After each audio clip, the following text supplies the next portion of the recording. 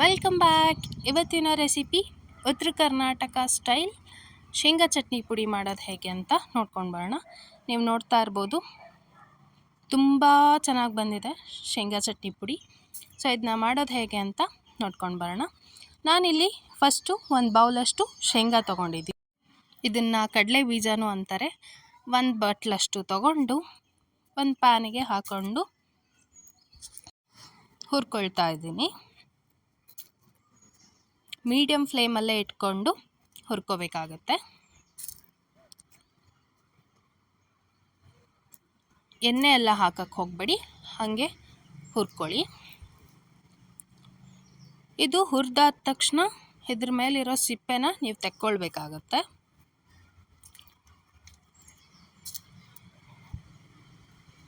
So ನೀವು ನೋಡ್ತಾ ಇರ್ಬೋದು, ಈ ಥರ ನೀವು ಹುರ್ಕೊಳ್ಬೇಕು ಶೇಂಗಾನ.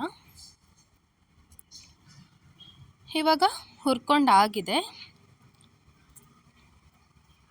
ಇವುಗಳನ್ನ ಸ್ವಲ್ಪ ಆರಕ್ಕೆ ಬಿಟ್ಟು ಆಮೇಲೆ ಇದ್ರ ಮೇಲಿರುವಂಥ ಸಿಪ್ಪೆನ ತೆಕ್ಕೊಳ್ಬೇಕಾಗತ್ತೆ ನೀವು. ಇವಾಗ ಇವೆಲ್ಲ ಹುರಿದಾಗಿದೆ. ಒಂದು ಪ್ಲೇಟಿಗೆ ತೆಕ್ಕೊಂಡು 1-2 ನಿಮಿಷ ಆರಕ್ಕೆ ಬಿಟ್ಟು ಅದ್ರ ಮೇಲಿರೋ ಸಿಪ್ಪೆನ ತೆಕ್ಕೊಳ್ಳಿ.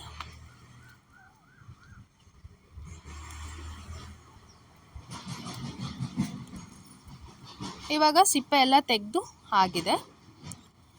ಇವಾಗ ಮಿಕ್ಸಿ ಜಾರ್ ತಗೊಂಡು ಶೇಂಗಾನ ಹಾಕ್ಕೊಳ್ಬೇಕಾಗುತ್ತೆ.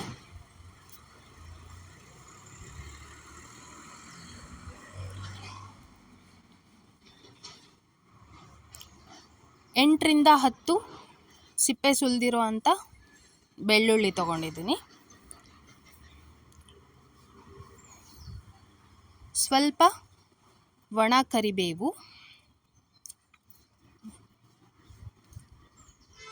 1 ಸ್ಪೂನಷ್ಟು ಜೀರಿಗೆ ಹಾಕೊಳ್ತಾ ಇದ್ದೀನಿ.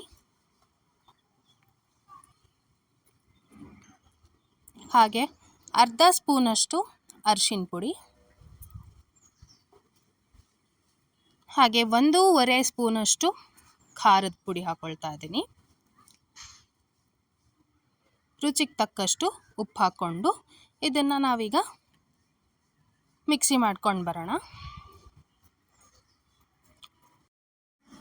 ಒಂದು ರೌಂಡ್ ಮಿಕ್ಸಿ ಮಾಡಿಕೊಂಡು ಸ್ವಲ್ಪ ಎಣ್ಣೆ ಹಾಕ್ಕೋಬೇಕಾಗುತ್ತೆ ಅದಕ್ಕೆ. ಮತ್ತೆ ಇವಾಗ ಮಿಕ್ಸಿ ಮಾಡ್ಕೊಂಡು ಬರೋಣ. ಸೊ ನೀವು ನೋಡ್ತಾ ಇರ್ಬೋದು, ತುಂಬ ಚೆನ್ನಾಗಿ ಬಂದಿದೆ ಶೇಂಗಾ ಚಟ್ನಿ ಪುಡಿ. ನೀವು ಈ ರೆಸಿಪಿನ ಟ್ರೈ ಮಾಡಿ, ತುಂಬ ಚೆನ್ನಾಗಿರುತ್ತೆ. ಅನ್ನ, ಶೇಂಗಾ ಚಟ್ನಿ ಪುಡಿ, ತುಪ್ಪ ತಿಂತಾ ಇದ್ದರೆ ಆಹಾ ಸ್ವರ್ಗ. ನೀವು ಈ ರೆಸಿಪಿನ ಟ್ರೈ ಮಾಡಿ. ಇಷ್ಟ ಆಗಿದ್ದಲ್ಲಿ ಲೈಕ್ ಮಾಡಿ, ಶೇರ್ ಮಾಡಿ, ಕಾಮೆಂಟ್ ಮಾಡಿ, ಹಾಗೆ ನಮ್ಮ ಚಾನಲ್ನ ಸಬ್ಸ್ಕ್ರೈಬ್ ಮಾಡಿ. Thank you for watching.